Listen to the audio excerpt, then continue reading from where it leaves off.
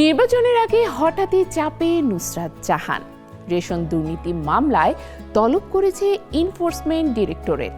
কলকাতা না দিল্লি, কোথায় হাজিরা দেবেন তা নিয়ে ধোঁয়াশা। গম পাচারের পুরনো অভিযোগ ঘিরে বাড়ছে জল্পনা। বিদেশ সফরের মাঝেই তলবের নোটিশ। এবার তার পদক্ষেপেই নির্ধারণ করবে পরবর্তী পরিস্থিতি। তদন্ত কোন দিকে এগোয় সেদিকেই এখন সবার নজর।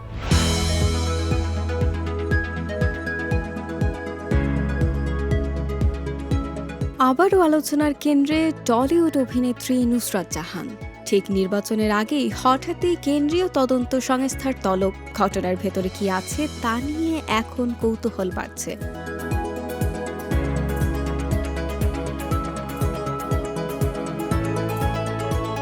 ভারতের এনফোর্সমেন্ট ডিরেক্টরেট রেশন দুর্নীতি মামলায় জিজ্ঞাসাবাদের জন্য ২২ এপ্রিল হাজিরা দিতে বলছে নুসরাতকে।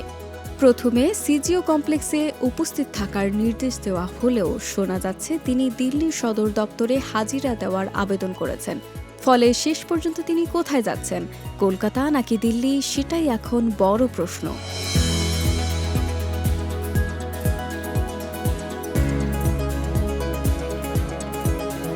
তদন্তকারী সূত্র বলছে, করোনা সময়কালে বাংলাদেশ সীমান্ত দিয়ে গম পাচারের অভিযোগ ঘিরেই এই মামলার সূত্রপাত। তখন বসিরহাটের সংসদ সদস্য ছিলেন নুসরাত।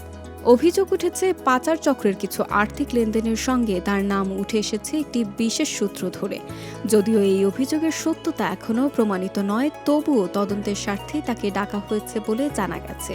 এদিকে ঘটনাকে আরও রহস্যময় করে তুলেছে তার সাম্প্রতিক অবস্থান।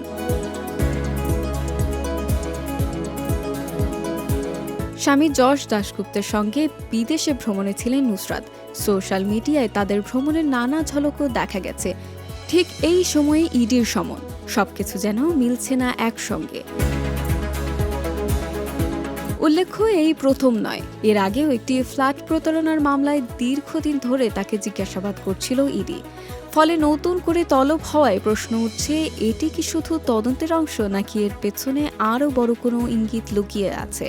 রাজনৈতিক প্রেক্ষাপটও এখানে গুরুত্বপূর্ণ।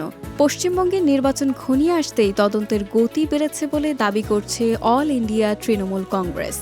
অন্যদিকে কেন্দ্রীয় সংস্থাগুলো বলছে সবই নিয়মমাফিক প্রক্রিয়া।